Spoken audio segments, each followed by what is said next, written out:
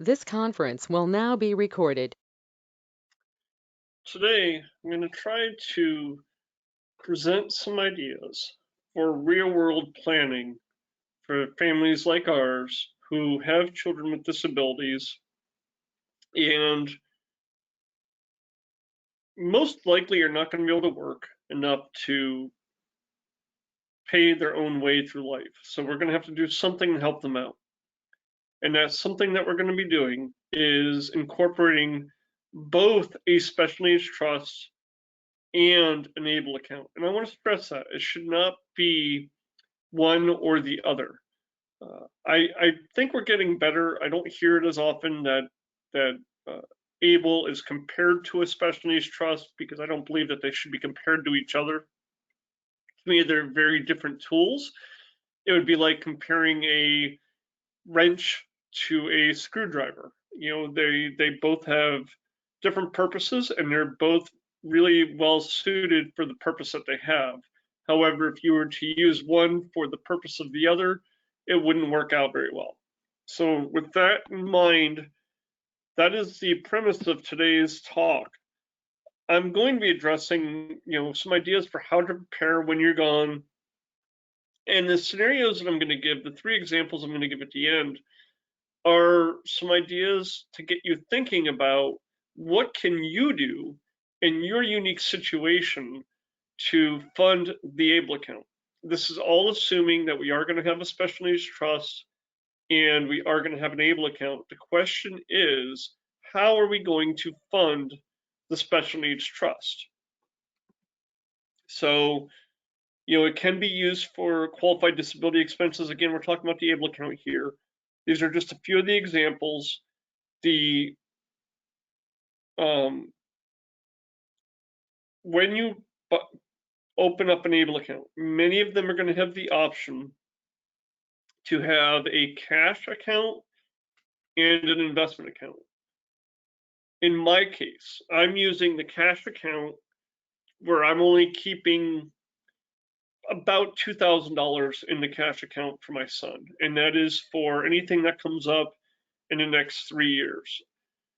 For larger purchases that are going to be greater than 3 years away, I don't know what those are yet because I haven't thought of anything. I'm using a moderate investment portfolio. And that typically means, and I don't want to get too far in the weeds, but it typically means it's 60% stocks, 40% bonds. It's not very risky, but it's also not super safe. Again, I don't want to get into the weeds about what investment portfolio should you use and this, that, and the other thing. That's something, if you really have questions, you can talk to your financial advisor about, or if you don't have a financial advisor, those are areas where planning across the spectrum can help you. But you're going to want to talk to Andrew Comero. When you are planning for how much to fund the trust with, you are going to want to take into account, does your child qualify for disabled adult child benefits?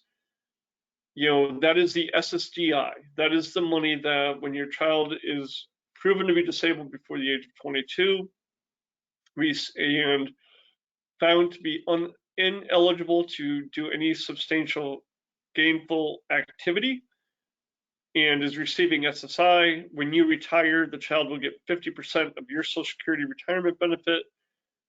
And when you die, it'll be 75%. So you're going to want to factor that in. And when you're trying to figure out how much money you're going to need, you should consider that because that is income that your child would be getting if they're eligible. And I will try to explain that in more detail when we get to the examples. It's a very hard concept to talk about abstractly. So the funding options that I'm going to talk about today, life insurance, investments, rental properties, and then some other ideas that are a little more esoteric, may not apply to everybody. So life insurance, this is meant to be an idea for, this is meant to be, I'm hoping you can see it. Two parents have life insurance on each other, or when you die, it goes to the other parent. You have a second to die policy that insures both of you. The second to die policy pays into the special needs trust for the child. It would be a third-party trust. Your investment accounts and everything else would go to your estate, or you could make the beneficiary of those accounts the trust. Again, I don't want to get too far into the weeds here, because there are going to be cases where families may have a child who is not disabled, in which case you're going to want to make sure you split your estate planning documents up so that both children are treated in the way that you want to treat them. This is where the attorney is going to come into play, where planning across the spectrum or your other financial advisor can come into play, is having a conversation with you, helping you figure out what you want to do. You can use the trust to pay for major expenses and then take out $15,000 a year to go to the disabled child's ABLE account, and the ABLE account can pay for the everyday stuff. So everything from here down, we're going to say is the same idea, no matter how you're funding it. The following slides are just changing how we are funding the ABLE account. How you use it with the trust is going to be the same way. So with investments, you have to be a little more careful. Retirement accounts are going to have required minimum distributions. So what are retirement accounts? As I mentioned in previous webinars, a retirement account could be a 401k, could be an IRA, could be a 403b, any of those that you have withheld taxes. The IRS is going to want their money, so there's going to be required minimum distributions. When you die, if you have a Roth retirement account, the Roth is also going to have required minimum distributions to the disabled child. However, the Roth will not have taxes required. So these distributions that are counted as income are your traditional retirement accounts. When it's in a special needs trust, income in special needs trust is taxed at the highest rate when you exceed about $12,000 a year in income. So it's not automatically 37%, but gets up there pretty quick. Whereas brokerage accounts will pay capital gains, which is 20%, again, at the highest. This is all very confusing, and or it can be if you're not very familiar with investments, and it's something you're going to want to talk to your financial advisor about. If you don't have a financial advisor, again, I encourage you to reach out to Plan Across the Spectrum. Because when you're talking to the attorney and you're making your special needs trust beneficiary of your accounts, the attorney may not be taken into consideration what these things are. So let's say you take out, let's say you have an income of $10,000 a year for a required minimum distribution coming to the trust. That trust is going to have to pay $370, $3,700 in taxes, 10%, or 37% of 100,000 is $3,700. So again, this is difficult to try to talk about in an abstract fashion. Just be aware that if you're putting a retirement account into a trust, you have to be aware that the income, that the distribution from the retirement account is income. Rental properties, the trust can own a property and may hire a property manager, landscapers, etc. And then, I have a duplex shown here because in some cases you may have a family that owns a rental property or multiple rental properties, and they want the child to live in one side. So that side that the child lives in is their home, and the child's going to owe property taxes or what have you. And or let's say the child's not living in one of the duplexes. Let's say the child takes over the family's house. Then the child will pay property tax and insurance through the ABLE account, and then the trust can pay all the fees and the associated costs for the rental properties. I'm concerned that I'm making this more confusing as I'm talking. It's much easier to do this in person where I can walk through scenarios with you. Um, I apologize if this is making it more confusing. Um, I will do my best to try to do a different video breaking down these concepts individually. Some other options that you have is you may have a pension paid into a first party trust. In my case, I was retired military. I have a survivor benefit plan that'll go into the first party trust. Some people may have child support paid to an adult child.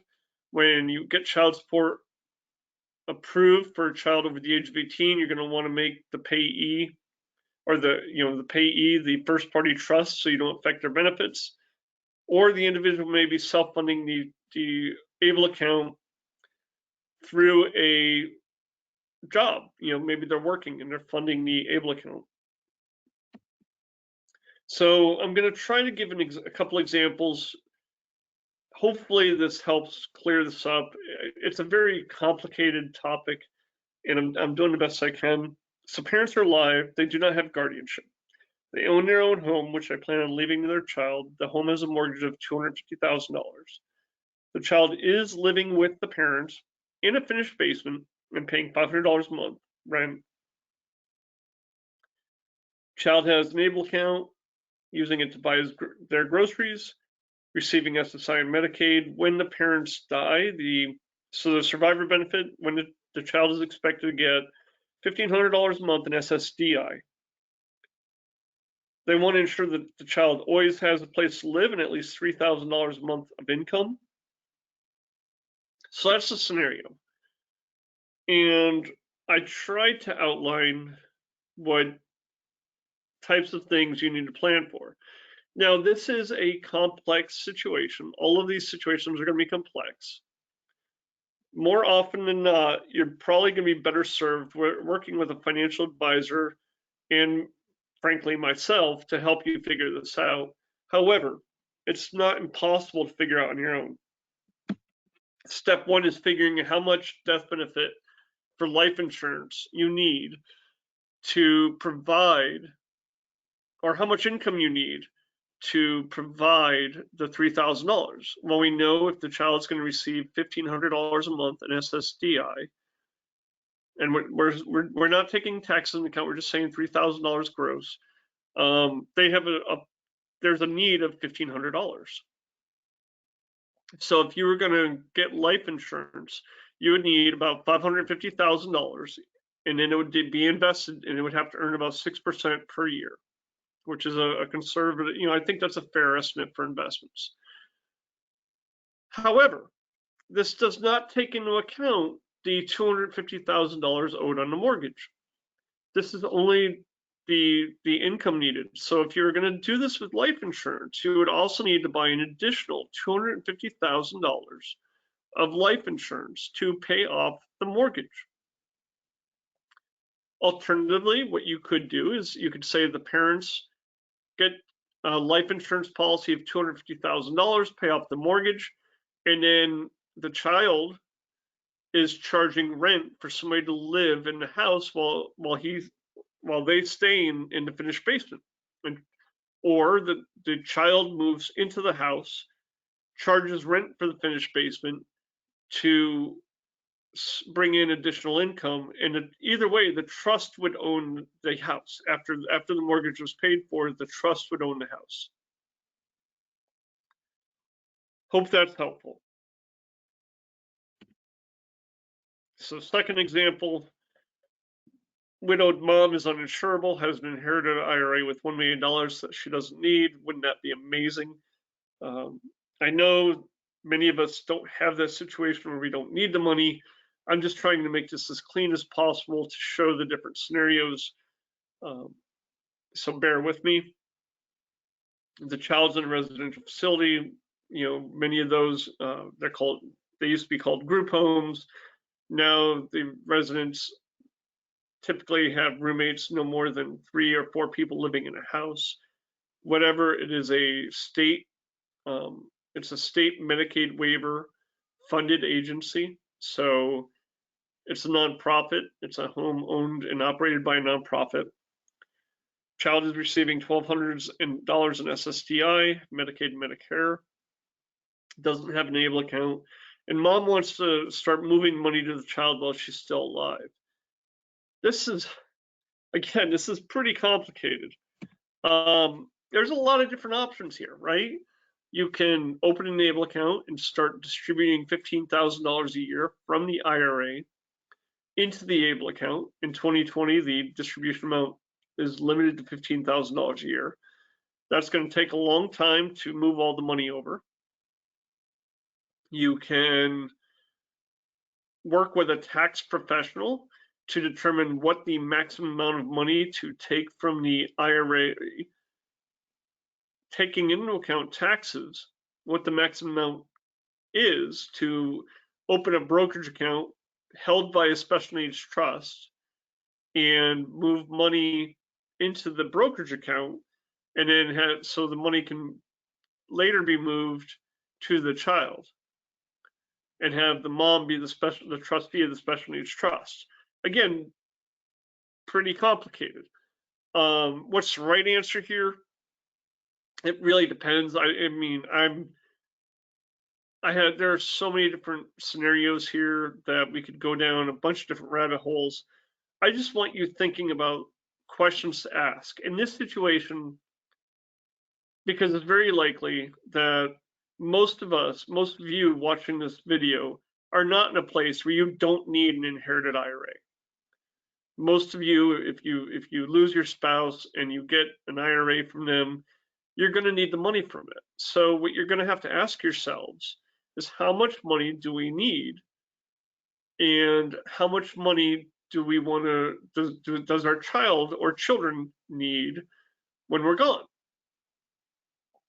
This is where it comes into play. Is my child eligible for disabled adult child benefit? Will my child be able to work? How much money do I think my child will be able to earn? What other benefits besides Social Security is my child going to have? And the answer is going to be different for every person watching this. So one more example: survivor benefit plan for those of you who are not in the service, or those of you that are in the service but are not familiar with it. Active duty service members have the ability to set aside up to 55% of their pension when they retire to go to a spouse, and if they have a child who they can prove is permanently disabled, they can make the child a beneficiary as well.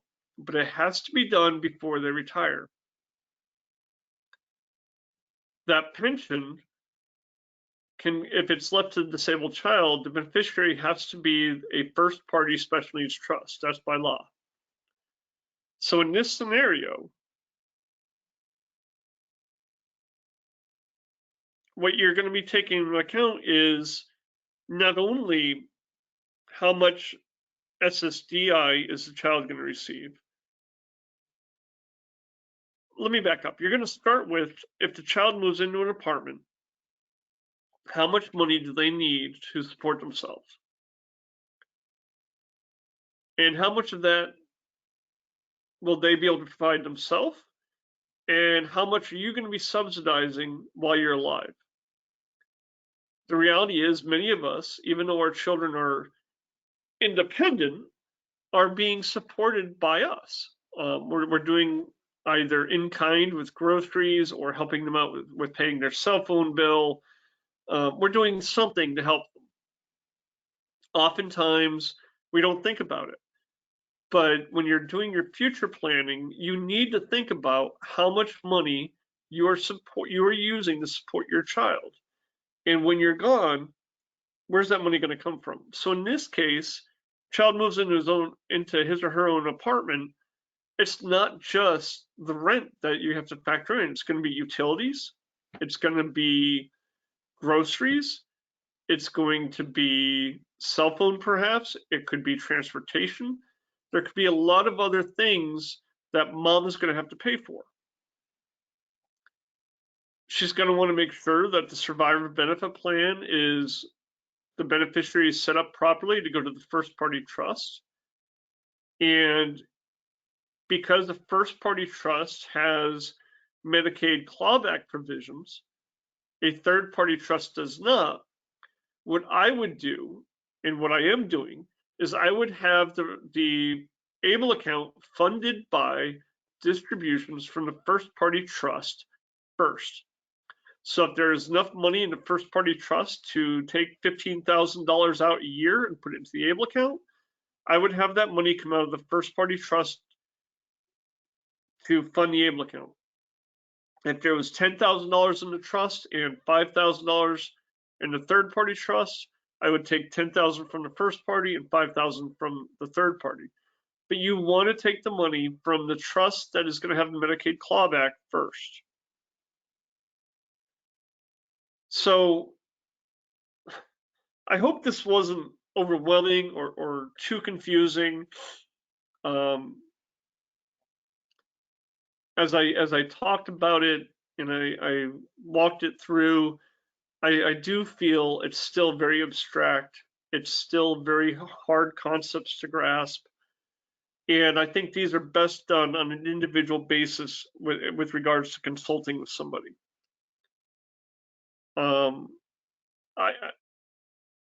We are here to help you. I don't know what other tools are out there. I haven't been able to find any because these concepts are so difficult. But don't feel so overwhelmed that you're not going to do anything. When you're doing your estate planning, it's really, really important to make sure you're doing it right. And I know it can be overwhelming, which is why I encourage my clients to, before they sit down with the attorney, to work out different aspects one at a time. You know, even if it means it takes you a couple more months longer before you're ready to see the attorney because you just can't deal with all of this at once, it's worth it to have it all ironed out. So when you do sit down with the attorney and you get these trusts drawn up and you pay the $3,000 to $5,000 or whatever the fee is, you're not coming back to the attorney in 6-7 months to have something redone because you forgot something. We are here to help you. These are very complex situations. It doesn't have to be overwhelming if you have support. You don't have to do this by yourself.